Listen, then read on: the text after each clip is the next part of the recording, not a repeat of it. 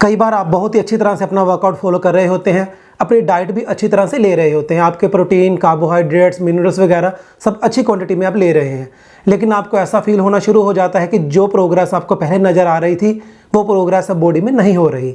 Fitness की language में इसी टाइम को कहा जाता है प्लेटो हिट करना, यानी कि जो हमारी फिटनेस की गाड़ी एक स्पीड पर चल रही थी वो एकदम से कहीं स्टक हो गई है। अब इसको किस तरह से आगे बढ़ाना है, किस तरह से अपना प्लेटो ब्रेक डाउन करना है, इसके वैसे तो बहुत सारे तरीके हैं, लेकिन आज हम जिस आइडिया की बात करने वाले हैं वो है एनटीएस। एनटीएस मतलब न्यूट्रिशन टाइमिंग सिस्टम। दोस्तों, आप अपने न्यूट्रिशन किस टाइम पे ले रहे हो इसका बहुत ही ज़्यादा महत्व होता है फिटनेस में। यहाँ तक कि हमारे माईफाई न्यूट्रिशन की बुक में एक पूरा चैप्टर न्यूट्रिशन टाइमिंग को डेडिकेटेड है। इस पूरे चैप्टर में यह बताया गया है कि वो दिन अब लद गए जब कहा जाता था कि आप अपने बस प्रोटीन, कार्ब्स वगैरह को, मैक्रो न्यूट्रिएंट्स को पूरा करो, इससे फ़र्क नहीं पड़ता किस टाइम पे ले रहे हो। अब स्टडीज़ ने ये प्रूव किया है वही सारे न्यूट्रिएंट्स अगर आप सही टाइम पे लेते हो तो आप कई गुना ज़्यादा फ़ायदा उसका उठा सकते हो। तो दोस्तों, आज के वीडियो में हम इसी टॉपिक को डिस्कस करेंगे। NTS nutrition timing system. जो हमारा मसल है वो 24 घंटों में 3 फेज़ में रहता है, 3 में से किसी ना किसी फेज़ में वो होगा। वो फेज़ है नंबर 1 आपका energy phase, number 2 anabolic phase और नंबर 3 आपका ग्रोथ फेज़। सबसे पहले एनर्जी फेज़ से शुरू करते हैं। वर्कआउट शुरू करने से 5 मिनट से लेकर के जब तक आपका वर्कआउट ख़त्म नहीं होता हमारा मसल एनर्जी फेज़ में रहता है, यानी कि उस टाइम हमारा मसल एनर्जी की क्रिएशन में इन्वॉल्व रहता है। उसको एनर्जी प्रोड्यूस करनी पड़ती है अपने आप को मेंटेन रखने के लिए और मसल ग्लाइकोजन लेवल को डिप्लीट होने से बचाने के लिए, तभी हम अच्छी तरह से अपना वर्कआउट परफॉर्म कर पाते हैं। तो एनर्जी फेज़ में हमने अपने न्यूट्रिशन किस तरह से लेने चाहिए, उस टाइम आपने लेने हैं HGI हाई ग्लाइकेमिक इंडेक्स वाले कार्बोहाइड्रेट्स। दोस्तों, पहले कहा जाता था कि ये गुड कार्ब्स हैं और ये बैड कार्ब्स हैं। ये टर्म भी अब पूरी तरह से ख़त्म हो चुकी है। जिनको आप बैड कार्ब्स कहते हो यानी कि हाई ग्लाइकेमिक इंडेक्स वाले कार्ब्स, वो भी आपके लिए बहुत फ़ायदेमंद हो सकते हैं क्योंकि वो आपकी ब्लड स्ट्रीम में इंस्टेंटली डिज़ोल्व हो जाते हैं और आपको इंस्टेंट एनर्जी देनी शुरू कर देते हैं। तो वर्कआउट के दौरान अगर आप अच्छे अमीनोस के साथ हाई ग्लाइकेमिक इंडेक्स वाले कार्ब्स लेते हो तो ये आपके लिए बहुत ही फ़ायदेमंद होने वाले हैं। इस दौरान आपने कोई भी फ़ैट यूज़ नहीं करनी क्योंकि फ़ैट को डाइजेस्ट करने के लिए बहुत सारी ऑक्सीजन और वाटर चाहिए होता है और उससे हमारी सांस भी बार बार फूलेगी और हम वर्कआउट नहीं कर पाएंगे। इसीलिए आप कोई भी जिस तरह पिंक साल्ट है उसमें आपके काफ़ी मिनरल्स आ जाते हैं। हल्की सी आप अपनी टेबल शुगर जो घरों में यूज़ होती है चीनी, उसको डाल सकते हो और इनको आप इंट्रा वर्कआउट यूज़ कर सकते हो।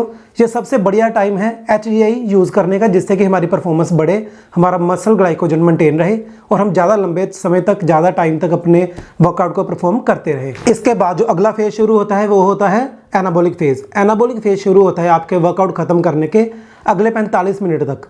पहले कुछ स्टडीज़ ने ये साबित कर दिया था कि एनाबॉलिक विंडो नाम की कोई चीज़ नहीं होती, लेकिन हम इसको इतना भी डिले नहीं कर सकते कि 1-2 घंटे तक हम अपने न्यूट्रिशन की ओर ध्यान दे ही ना, क्योंकि वर्कआउट ख़त्म करने के 45 मिनट के अंदर जो हमारे मसल ग्लाइकोजन्स हैं वो पूरी तरह से डिप्लीट हुए होते हैं। उनको दोबारा से रिप्लेनिश करना बहुत ज़रूरी होता है। जो मसल सेल्स डैमेज हुए होते हैं उनकी रिकवरी करना बहुत ज़रूरी होता है और मसल रिसेप्टर्स जो है हमारे होते हैं बहुत ही सेंसिटिव हो जाते हैं उस टाइम न्यूट्रिशन के लिए। यानी कि जो पहले 45 मिनट्स के अंदर वर्कआउट ख़त्म करने के आप जो भी न्यूट्रिशन लेते हो वो बहुत ही आपको फ़ायदा दे सकते हैं। और इसमें आपने सिर्फ अमीनोस नहीं रखने, इसके साथ आप फिर से दोबारा कोई हाई ग्लाइकेमिक इंडेक्स वाले कार्ब्स यूज़ कर सकते हैं। जैसे आप कोई सिंपल ब्रेड के साथ कोई वे प्रोटीन यूज़ करें जो कि आपके ब्लड स्ट्रीम में एकदम से इंसुलिन को रिलीज़ करे, और इंसुलिन हार्मोन एक ड्राइवर होता है न्यूट्रिशंस का आपके मसल्स तक।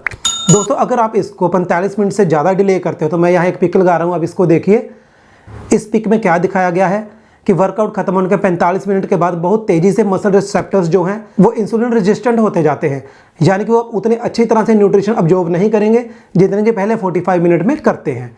सो वर्कआउट ख़त्म करने के 45 मिनट के अंदर अंदर आपने सिंपल कार्ब्स के साथ कोई ना कोई अच्छा आपका वे प्रोटीन या और कोई प्रोटीन का सोर्स जरूर लेना है, जिससे कि आपके मसल तेज़ी से रिपेयर हो और उनकी ग्रोथ होनी शुरू हो।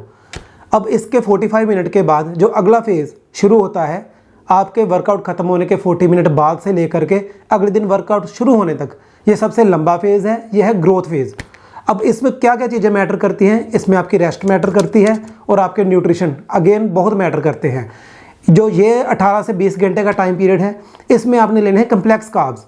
कम्प्लेक्स कार्ब्स वो हैं जिनका ग्लाइकेमिक इंडेक्स लो होता है, यानी कि वो एकदम से आपके ब्लड स्ट्रीम में डिजोल्व नहीं होंगे, वो आपको धीरे धीरे लगातार एनर्जी देते रहेंगे। इस दौरान आपने जो प्रोटीन यूज़ करना है वो भी कम्प्लेक्स प्रोटीन यूज़ करना है, कॉम्प्लेक्स प्रोटीन एक नई टर्म थी मेरे लिए भी। कॉम्प्लेक्स प्रोटीन का मतलब है जिस तरह कॉम्प्लेक्स का धीरे धीरे डिजोल्व होते हैं, जिस तरह आपका कैसीन प्रोटीन है वो एक कॉम्प्लेक्स फॉर्म है प्रोटीन की, क्योंकि वो वे प्रोटीन की तरह इंस्टेंटली हमारे ब्लड स्ट्रीम में मिक्स नहीं होता, वो भी हमें लंबे समय तक एनर्जी देता रहता है।